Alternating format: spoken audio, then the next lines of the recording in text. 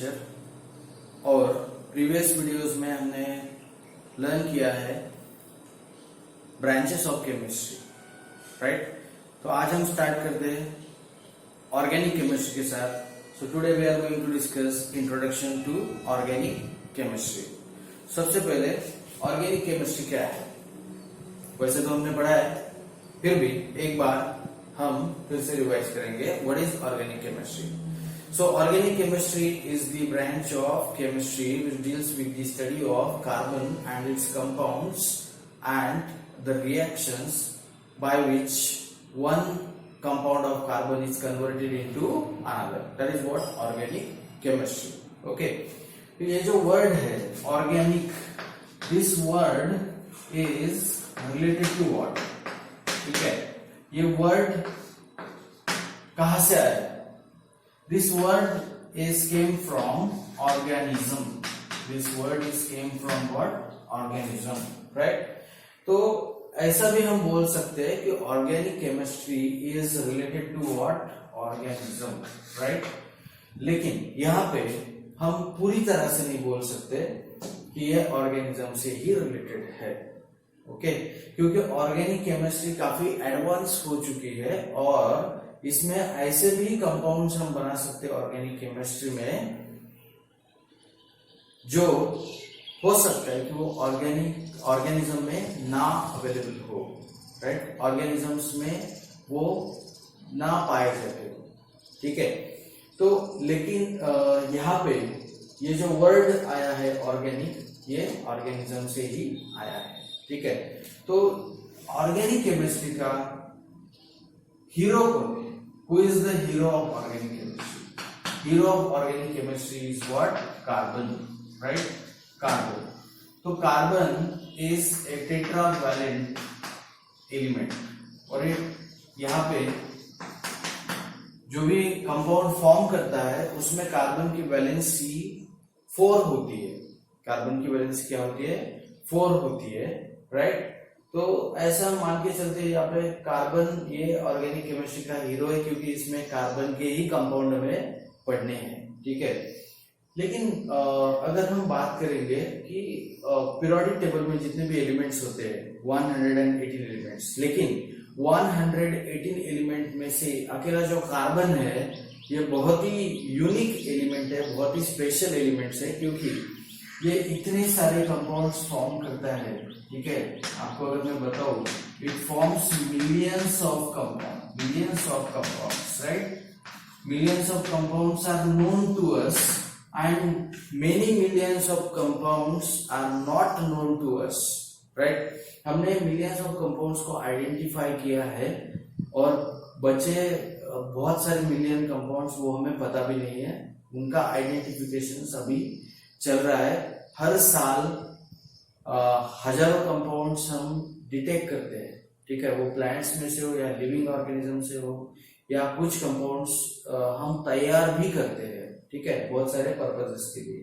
तो ऐसा क्या है इस कार्बन में जो इतने सारे कंपाउंड्स यहाँ पे वो प्रिपेयर करता है, ठीक है। और ये जो हम ऑर्गेनिक केमिस्ट्री पढ़ रहे हैं तो ऑर्गेनिक केमिस्ट्री का एप्लीकेशंस क्या है, ठीक है। सो सबसे इंपॉर्टेंट प्रॉपर्टी जो होती है कार्बन की वो होती है catenation property, right. Catenation property, ठीक है। तो कैटिनेशन प्रॉपर्टी क्या होती है? Catenation property means a self-linking ability of atoms. Okay, self-linking ability of atoms. हम यहाँ पे कार्बन्स की बात कर रहे हैं, राइट। तो कैटिनेशन प्रॉपर्टी कार्बन में बहुत ज्यादा होता है, ठीक है। जितनी कैटिनेशन प्रॉपर्टी कार्बन में होती है उतनी कैटिनेशन प्रॉपर्टी किसी दूसरे एलिमेंट में नहीं होती, इसीलिए कार्बन बहुत सारे कंपाउंड यहाँ पे प्रिपेयर कर सकता है, मिलियंस ऑफ कंपाउंड प्रिपेयर कर सकता है। और वो जो कंपाउंड्स है वो एक तो स्ट्रेट चेन होंगे, this compound would be straight chain, branch, straight chain और ब्रांच, या फिर साइक्लिक कंपाउंड्स होंगे। कौन से कंपाउंड होंगे? साइक्लिक कंपाउंड्स होंगे, right. So this is because of the catenation property. Okay, अभी हम बात करेंगे why carbon show such high catenation property. ये कार्बन इतनी ज्यादा कैटिनेशन प्रॉपर्टी क्यों दिखाता है, इतनी ज्यादा कैटिनेशन प्रॉपर्टी क्यों दिखाता है, उसका भी हम यहाँ पे स्टडी करेंगे। ठीक है, अगर मैं यहाँ पे कंपाउंड्स की बात करूंगा तो कार्बन के कंपाउंड्स हम इस तरह लिखते हैं। सपोज ये 4 कार्बन का कोई भी हाइड्रोकार्बन होगा, ठीक है, कोई भी हाइड्रोकार्बन हम लेते हैं। ठीक है, दिस इज व्हाट अल्केन, और इसे हम क्या कहते हैं, नॉर्मल ब्यूटेन। 4 कार्बन का अगर होगा तो इसे हम क्या कहेंगे, नॉर्मल ब्यूटेन। तो यहाँ पे कार्बन ने कार्बन के साथ यहाँ पे बॉन्ड फॉर्म किया है, this is what covalent bond. कौन सा बॉन्ड है, कोवेलेंट बॉन्ड है, राइट। तो ये जो यहाँ पे बॉन्ड फॉर्म हो रहा है, इसमें इलेक्ट्रॉन का शेयरिंग हो रहा है और ये बॉन्ड काफी स्ट्रांग है, ये बॉन्ड काफी स्ट्रांग है। मतलब मैं यहाँ पे आपको बता रहा हूं कि जो कार्बन इतना ज्यादा कैटिनेशन प्रॉपर्टी क्यों दिखाता है, उसका रीजन क्या है। उसका रीजन है ये बॉन्ड स्ट्रेंथ। ठीक है, और बॉन्ड स्ट्रेंथ हम कौन से पैरामीटर से डिफाइन करते हैं, उस पैरामीटर का नाम है बॉन्ड एंथैल्पी। ठीक है, बॉन्ड एंथैल्पी। तो अगर हम बात करेंगे कि बॉन्ड एंथैल्पी कार्बन की कितनी है, दैट इज व्हाट 348 किलोजूल पर मोल। ठीक है, so this is the amount of energy to break a specific bond in 1 mole of the compounds is called as bond enthalpy। ये काफी ज्यादा है, इसलिए ये बॉन्ड जल्दी ब्रेक नहीं होता। अगर बॉन्ड जल्दी ब्रेक नहीं होगा तो कार्बन ने जितने भी बॉन्ड्स फॉर्म किए हैं वो वैसे के वैसे रहेंगे और वो काफी लंबी चेन बना पाएगा, काफी बड़ी रिंग बना पाएगा, काफी बड़ा नेटवर्किंग स्ट्रक्चर बना पाएगा। ठीक है, तो bond enthalpy is responsible for highest catenation property of the carbon. ठीक है, ये बॉन्ड एंथैल्पी रिस्पॉन्सिबल है किसके लिए, हाईएस्ट कैटिनेशन प्रॉपर्टी के लिए, कार्बन के। इसलिए कार्बन मिलियंस ऑफ कंपाउंड्स यहाँ पे बनाता है। आपने सुना होगा डायमंड, तो डायमंड ये नेटवर्क स्ट्रक्चर है कार्बन का, ये एलोट्रोप्स है, वो भी कार्बन से ही बना है। ग्राफाइट जो पेंसिल में यूज करते हैं हम, ग्राफाइट भी कार्बन से ही बना है। ग्राफाइट की इलेक्ट्रोड्स भी हम यूज करते हैं, राइट, वो भी कार्बन से ही बने हुए होते हैं। फुलेरिन्स नाम का एक कंपाउंड है जो नैनो टेक्नोलॉजी के लिए काफी ज्यादा यूज होता है। ठीक है, नैनो फाइबर्स बनाने के लिए यूज होता है, वो भी कार्बन से ही बना है। तो कार्बन की काफी सारी एप्लीकेशंस है, राइट, काफी सारी एप्लीकेशंस है कार्बन की। और कार्बन के जो स्ट्रक्चर्स है वो काफी मतलब अलग है, राइट, बाकी कंपाउंड से काफी अलग है।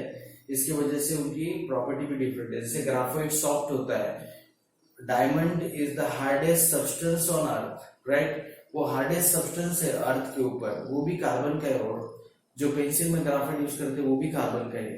देखो आप कितना डिफरेंस है। जो ग्राफाइट होता है काफी सॉफ्ट होता है, अगर हम पेपर पे लिखेंगे तो अपने आप वो रिड्यूस होते जाता है। ठीक है, तो ये सारी जो चीजें हैं ये हम ऑर्गेनिक केमिस्ट्री में पढ़ने वाले हैं। ठीक है, अभी ऑर्गेनिक केमिस्ट्री का एप्लीकेशंस क्या है, कहाँ पे ऑर्गेनिक केमिस्ट्री यूज होता है। तो सबसे पहले हम अगर बात करेंगे तो यहाँ पे मैं आपको बताना चाहता हूँ कि ऑर्गेनिक केमिस्ट्री सबसे इंपॉर्टेंट चीज हमारे लिए फूड। ठीक है, उसके बाद है शेल्टर, उसके बाद है क्लॉथ। ठीक है, ये जो 3 बेसिक नीड्स है, फूड, शेल्टर, क्लॉथ्स, ये कौन फुलफिल करता है, हमारी ऑर्गेनिक केमिस्ट्री, राइट। फूड की अगर बात करेंगे हम तो कार्बोहाइड्रेट्स है, फैट्स है, प्रोटीन्स है, वो सारे कार्बन से बने हुए हैं। शेल्टर की अगर हम बात करेंगे तो जो हम बाम्बूस वगैरह यूज करते हैं, लकड़ियां यूज करते हैं, वो भी कार्बन से ही बनी हुई होती है। ठीक है, उसमें कार्बोहाइड्रेट्स होता है। ठीक है, बहुत सारे मतलब कुछ प्लांट्स में फैट्स भी होते हैं, प्रोटीन्स भी होता है। ठीक है, तो ये फूड, शेल्टर कार्बन से ही बनी हुई है। क्लॉथ, ठीक है, क्लॉथ किससे बनता है, सेलुलोज, कॉटन से बनता है। ठीक है, और भी अगर हम बात करेंगे सिंथेटिक फाइबर की, टेरिकॉट की बात करेंगे तो वो भी कार्बन से ही बनता है। अगर हम सील की बात करेंगे तो वो प्रोटीन फाइबर है, वो भी कार्बन से ही बनता है। ठीक है, तो ये जो तीनों बेसिक नीड्स है वो कार्बन के कंपाउंड ही फुलफिल करते हैं, फूड, शेल्टर और क्लॉथ। ठीक है, और जो अभी बेसिक नीड बन रही है हमारी वो है मेडिसिन, राइट। ये भी हम बेसिक नीड्स में अभी इंक्लूड कर रहे हैं। ठीक है, क्योंकि विदाउट मेडिसिन हम जिंदा नहीं रह पाएंगे। ठीक है, आपको पता है कि कहीं ना कहीं हमें मेडिसिन तो लेनी ही पड़ेगी। ठीक है, वो कौन से फॉर्म में लेनी है ये हमारे ऊपर निर्भर करता है। ठीक है, नेचर में भी मेडिसिन अवेलेबल है, तो काफी सारे प्लांट्स है जो जिसमें मेडिसिन होती है। ठीक है, जैसे जो हम सिस्टम मेडिसिन की जो सिस्टम है, आयुर्वेदा है, होम्योपैथिक है, ठीक है, फिर एलोपैथी है। ओके, तो आयुर्वेदा में हम हर्ब्स यूज करते हैं, प्लांट्स यूज करते हैं, प्लांट्स में भी जो भी कंपोनेंट्स तैयार होते हैं वो हमारे लिए एज ए मेडिसिन एक्ट करते हैं। ठीक है, तो आपको ये सारी चीजें पता है, तो मेडिसिन बहुत इंपॉर्टेंट है। अगर हम एलोपैथी की बात करेंगे, if you talk about the allopathy, right, तो एलोपैथी क्या होता है? एलोस मीन्स व्हाट? अदर्स। ठीक है, जो आयुर्वेदा सिस्टम है काफी एंशिएंट सिस्टम है, राइट। तो हम डिफरेंट सिस्टम यहाँ पे प्रिफर करते हैं, that is what allopathy, right. So what we are doing in allopathy, allopathy में हम क्या करते हैं? तो एलोपैथी में हम कंपाउंड्स बनाते हैं, कार्बन के ही कंपाउंड्स बनाते हैं, राइट। मैं यहाँ पे लिखता हूँ कार्बन कंपाउंड्स। तो कार्बन के कंपाउंड्स बनाते हैं, फिर वो टेस्ट करते हैं। ठीक है, एनिमल्स के ऊपर सबसे पहले टेस्ट करते हैं। अगर एनिमल्स में अच्छा खासा रिजल्ट आ जाता है तो फिर ह्यूमंस के ऊपर टेस्ट करते हैं। ठीक है, अगर ह्यूमंस के ऊपर अच्छा खासा रिजल्ट आता है तो हम वो मार्केट में लॉन्च करते हैं एज अ ड्रग। ठीक है, तो ये एक एप्लीकेशन हो गया ऑर्गेनिक केमिस्ट्री का। दूसरा एप्लीकेशन, इसके पहले का एप्लीकेशंस मैंने बताया फूड, शेल्टर, क्लॉथ। इसके अलावा भी काफी सारी एप्लीकेशंस है। कुछ कंपाउंड्स ऐसे हैं जो एग्रीकल्चर में भी हम यूज करते हैं। ठीक है, so we are using this compound in what? Agriculture as an insecticide.